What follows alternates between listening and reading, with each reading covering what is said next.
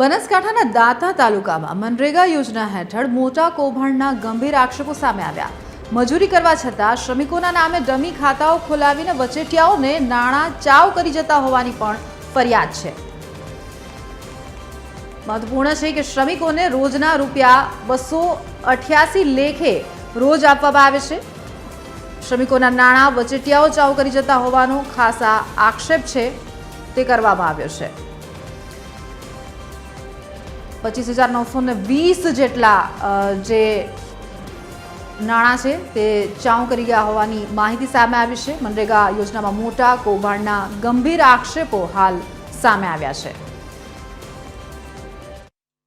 हमारे जो मजूरी करता होइए हमारी माता बहनों नाना बाळको घेर मूकीने मजूरी करती होय ए पैसा एमना खातामां ट्रांसफर थता नथी। एनी जग्याए बीजा कोई अधिकारीओना खातामां ट्रांसफर थता होय जेनी हमारी आ लड़त छे। हमारी ચોક્કસપણે आ सरकारश्रीने रजूआत छे के हमारी मजूरीना पैसा हमारा ज खातामां आववा जोईए અને અમારા પેટ ખાડો પૂરવા માટે અમે મજૂરી કરતા હોઈએ તો અમને એ મજૂરી ના મળતી હોય એના માટે અમારે આંદોલન કરવા પડતા હોય છે। સરકાર શું અમારા આદિવાસીઓને દેખતા નથી? જ્યારે વોટ લેવા હોય જ્યારે સરકાર બનાવે ત્યારે આદિવાસી દેખાય। આ વિધાનસભાની અંદર અનેક વખત પુરાવા આપ્યા કે આ યોજના એ લોકોને રોજગારી માટેની યોજના છે, ભ્રષ્ટાચાર કરવા માટેની નથી।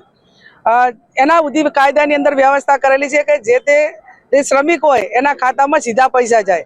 પણ આ લોકો જે કોન્ટ્રાક્ટરો અને અધિકારીઓની મિલી ભગતથી તમામ લેબરના જે એટીએમ હોય એ એમના અંડરમાં રાખે અને જેવા પૈસા ખાતામાં નાખે એને 5 મિનિટની અંદર એ પૈસા એટીએમના માધ્યમથી કોન્ટ્રાક્ટરો ઉપાડી લે છે। એટલે ખરેખર જે રોજગારી જે શ્રમિકોને મળવી જોઈએ એ નથી મળતી, માત્ર ભ્રષ્ટાચાર થાય છે। આ બાબતમાં તપાસ થાય અને જે આવા કોન્ટ્રાક્ટરો છે એની સામે યોગ્ય કાર્યવાહી થાય એવી હું માગણી।